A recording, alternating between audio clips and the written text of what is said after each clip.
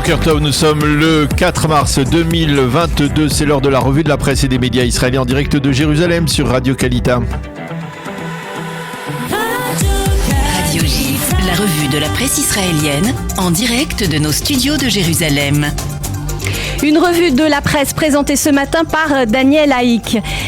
Daniel, bonjour et Boker Tov. Les quotidiens israéliens et les sites d'information continuent ce matin encore à nous faire partager la douloureuse réalité du conflit entre la Russie et l'Ukraine, avec ce matin en évidence le mécontentement du président ukrainien Volodymyr Zelensky. Et effectivement, Laurence, le président ukrainien n'est pas du tout satisfait de la position de semi-neutralité d'Israël. Et hier, lors d'une rencontre avec des journalistes ukrainiens, il ne s'est pas privé de critiquer le Premier ministre Naftali Bennett. Parmi ces journalistes se trouvait l'envoyé du Yediot Aharonot et du site Ynet, Edward Dox.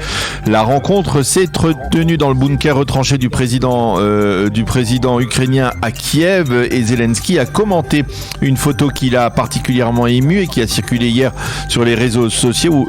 Vous l'avez peut-être vu, il s'agit d'une photo d'Israéliens en prière à Jérusalem devant le mur occidental, tous enveloppés du drapeau bleu et jaune de l'Ukraine. Et Zelensky lui a rajouté à cette photo: je n'ai pas l'impression que Naftali Bennett lui s'enveloppe de notre drapeau. Je me serais attendu à un soutien plus solide de sa part, a-t-il déclaré. Quant à Vladimir Poutine, Zelensky lui a proposé une rencontre. Nous sommes voisins, alors dialoguons. Et ce matin encore, dans les quotidiens et les sites d'information, de nombreux témoignages du drame des réfugiés ukrainiens, qu'ils soient juifs ou non. Oui, Adir Yanko, qui accompagne ces réfugiés pour le Yediot Aharonot au poste de passage entre l'Ukraine et la Pologne, témoigne du froid, de la faim, de la pénurie et de toute matière première d'urgence pour les milliers de réfugiés ukrainiens.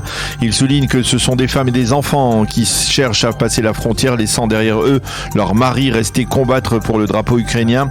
Ifater Lirer est à la frontière entre la Moldavie et l'Ukraine, et elle relate pour le Israël Hayom le drame de ces milliers de réfugiés qui ont tout laissé derrière eux.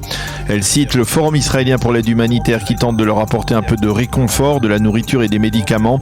Et ce matin encore, les photos de ces réfugiés dans le Israël Hayom sont particulièrement poignantes. Quant au Haaretz, il nous relate la vie de ces habitants de Kiev qui se sont réfugiés maintenant depuis plus d'une semaine dans les stations de métro de la capitale ukrainienne. Le Haaretz, lui, nous dresse également un constat des difficultés que rencontrent à l'aéroport Ben Gurion les plus chanceux de ces réfugiés, lorsqu'après une semaine de déplacement, ils arrivent finalement pour quelques dizaines d'entre eux en Israël grâce à des proches de nationalité israélienne, et se heurtent à la bureaucratie israélienne relativement implacable.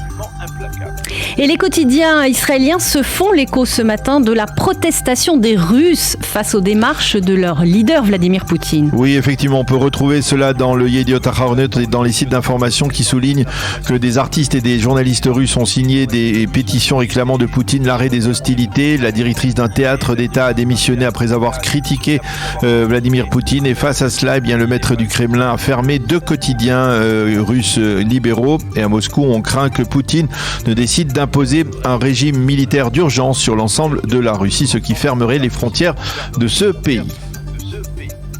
Et qu'écrivent les éditorialistes du Yediot Aharonot autour du conflit entre la Russie et l'Ukraine?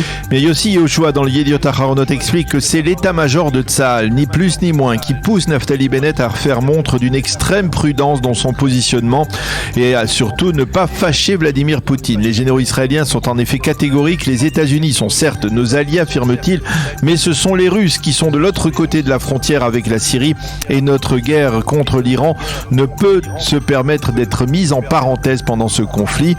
Nadav Eyal ne partage pas l'avis de Tsahal. Ceux qui suggèrent de ne pas fâcher Vladimir Poutine pour des raisons sécuritaires ne doivent pas oublier que notre besoin vital est l'alliance avec les Américains en priorité, écrit-il ce matin. Nahum Barnea, toujours dans le Yediot, résume les 3 surprises de ce conflit: la mobilisation de la population ukrainienne face aux forces russes, le leadership de Zelensky et le soutien inattendu de l'opinion publique occidentale aux Ukrainiens dans leur ensemble.